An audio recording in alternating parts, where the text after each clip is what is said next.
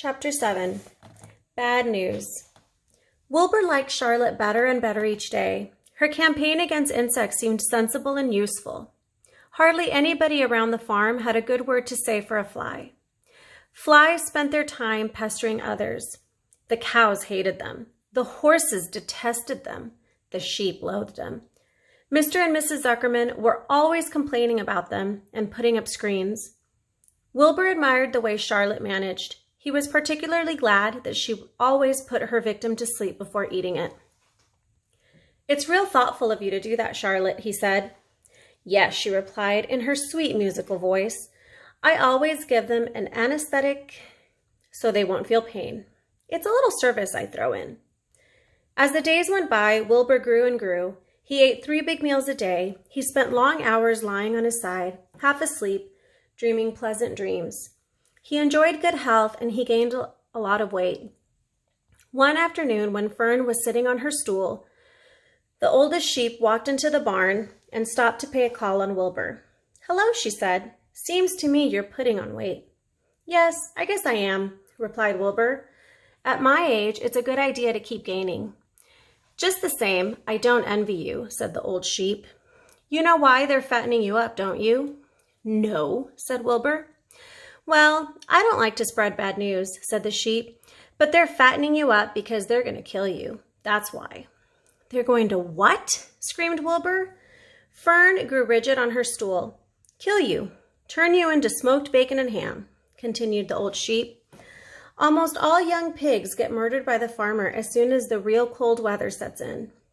There's a regular conspiracy around here to kill you at Christmas time. Everybody is in the plot. Lurvy, Zuckerman, even John Arable." "Mr. Arable?" sobbed Wilbur.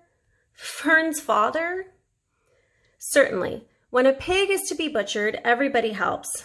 I'm an old sheep, and I see the same thing. Same old business, year after year. Arable arrives with his .22, shoots. "Stop!" screamed Wilbur. "I don't want to die. Save me, somebody, save me." Fern was just about to jump up when a voice was heard.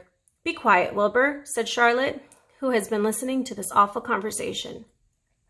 "I can't be quiet," screamed Wilbur, racing up and down. "I don't want to be killed. I don't want to die. Is it true what the old sheep says, Charlotte? Is it true they're going to kill me when the cold weather comes?" "Well," said the spider, plucking thoughtfully at her web, "the old sheep has been around this barn as long as time. She has seen many a spring pig come and go. If she says they plan to kill you, I'm sure it's true. It's also the dirtiest trick I ever heard of. What people don't think of." Wilbur burst into tears.